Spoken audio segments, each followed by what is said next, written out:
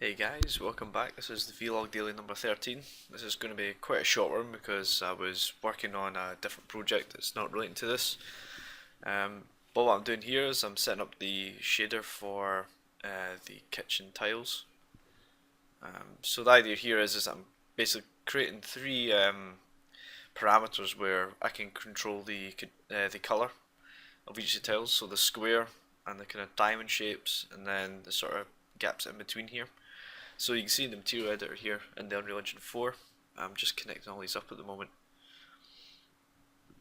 Took a bit of experimenting and stuff until I was happy with the final result.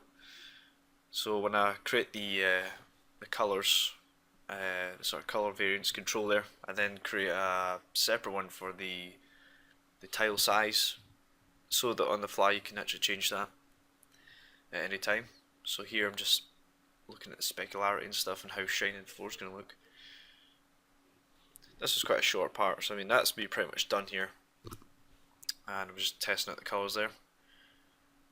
So you can see this is roughly what I'll come out with. There we go, so it's roughly that.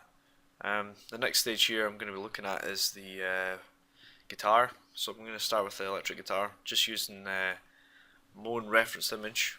But yeah, so this is the kitchen floor at the moment, and I'll just jump to the reference images. So as you can see, this is a Jackson guitar. Although for those who don't really know much about guitars or not really bothered, but yeah, it's a Jackson Pro solo guitar. This is what I'll be using as my reference.